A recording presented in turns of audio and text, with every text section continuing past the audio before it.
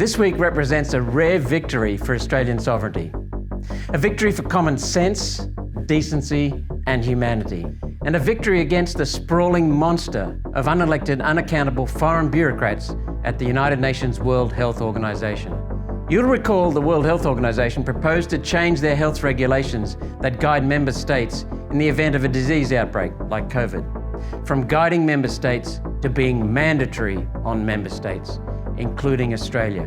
This would have represented a complete destruction of Australian sovereignty and a fundamental reimagining of the powers of the World Health Organization.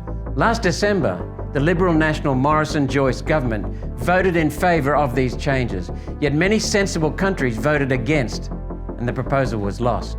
Undaunted, the United Nations World Health Organization tried again this year. After months of heavy criticism, one nation and those opposing these measures have had a huge win. The final report from the International Health Regulations Review Committee, released this week, has dropped the proposed changes. The United Nations World Health Organization will remain an advisory body. Dystopian demands such as allowing the World Health Organization to make binding health orders, overriding state and federal control, have been tossed out. This includes the proposed powers that would have allowed the World Health Organization to control systems for proof of vaccination or vaccination status, quarantine procedures, citizen travel and mobility, forced vaccination, lockouts, lockdowns, mandatory detention, and other completely unacceptable infringements on people. Gone is the universal health passport or vaccine passport that was going to control the ability of citizens to travel between countries in a permanent capacity. It was decided that this would raise ethical and discriminatory concerns. A global digital vaccine passport will no longer be developed under the committee's powers, for now.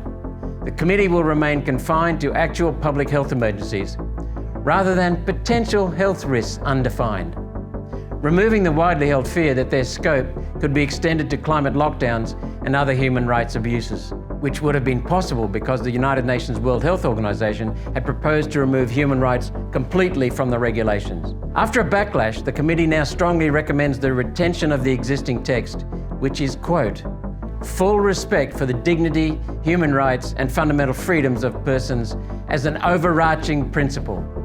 This is a critical backdown. The World Health Organization committee working on these changes has just recommitted to its fundamental human rights pledge in defiance of the proposed amendments. The findings of the committee agreed with the concerns that One Nation raised regarding threats to sovereignty. In their final report, the committee said it was, quote, concerned that the proposals may unduly impinge on the sovereignty of state parties and make recommendations binding instead of voluntary.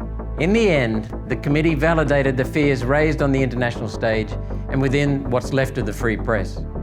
Fears I raised and for which I was called a conspiracy theorist. I was correct.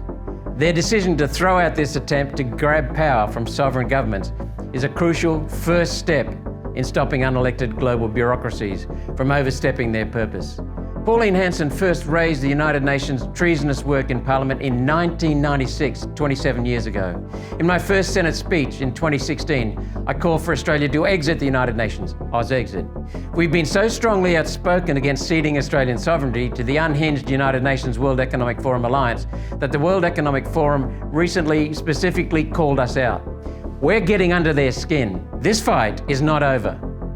All of the terrifying proposed powers that have been summarily rejected this week are duplicated in the proposed United Nations World Health Organization Pandemic Treaty. The Pandemic Treaty is a second attempt to turn World Health Organization into the World Health Police. The Pandemic Treaty is alive and well, sitting in the system, waiting for our so-called leaders to sign. If the Pandemic Treaty were to be approved, it would enforce all of the binding health powers that others in World Health Organization have just rejected. What a mess. The United Nations World Health Organization is too big, too bureaucratic, too removed from the people it's supposed to help. It's corrupt, incompetent, dishonest, and above all else, too close to the big pharmaceutical industry. The next step to protect Australia's health sovereignty is to make sure that the Pandemic Treaty is completely rejected and that the Prime Minister does not sign it.